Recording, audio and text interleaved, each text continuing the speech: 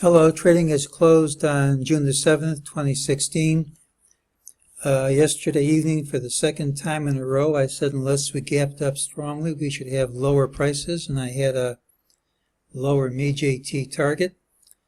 Target didn't print and gets added to the list, and we gapped up and promptly took out the prior day's high, which is strong enough.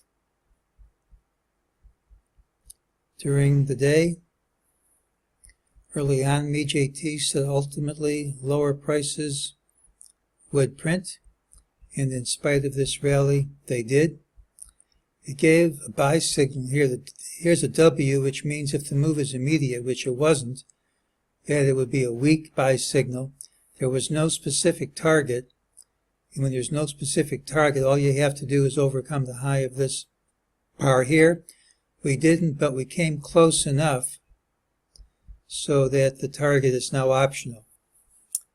It almost always prints, but it doesn't have to, and frankly, I don't think it is going to print because MEJT likes to leave failed targets at major changes in trend.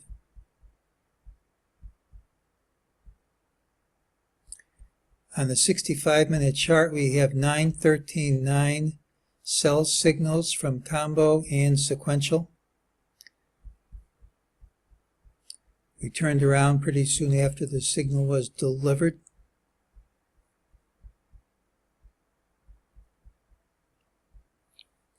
Well, I've stretched this one about as far as I can.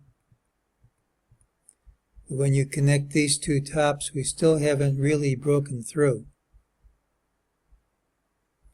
We have a pattern which usually closes at the day's high. When that doesn't happen, and when we don't take out the high promptly tomorrow, it's usually big trouble.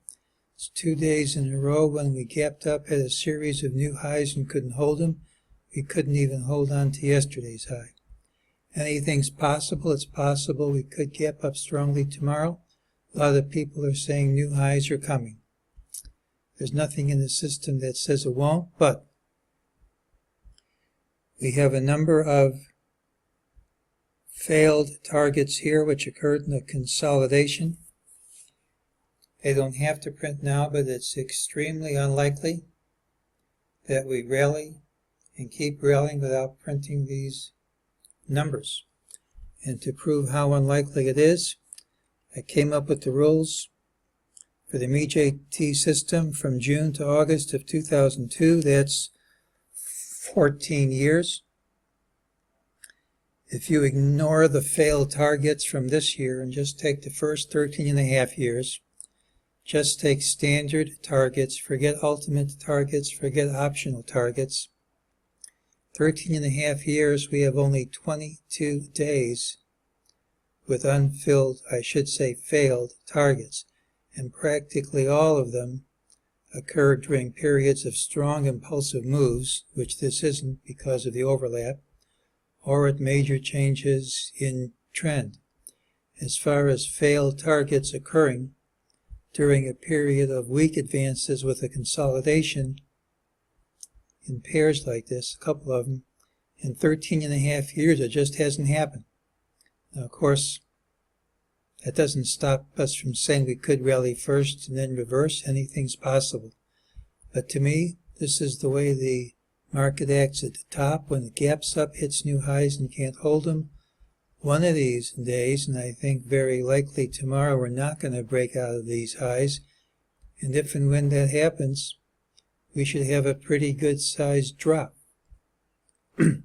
If I'm wrong, we'll know early tomorrow, but if I'm right, this could be big trouble on the downside, and that's today's call.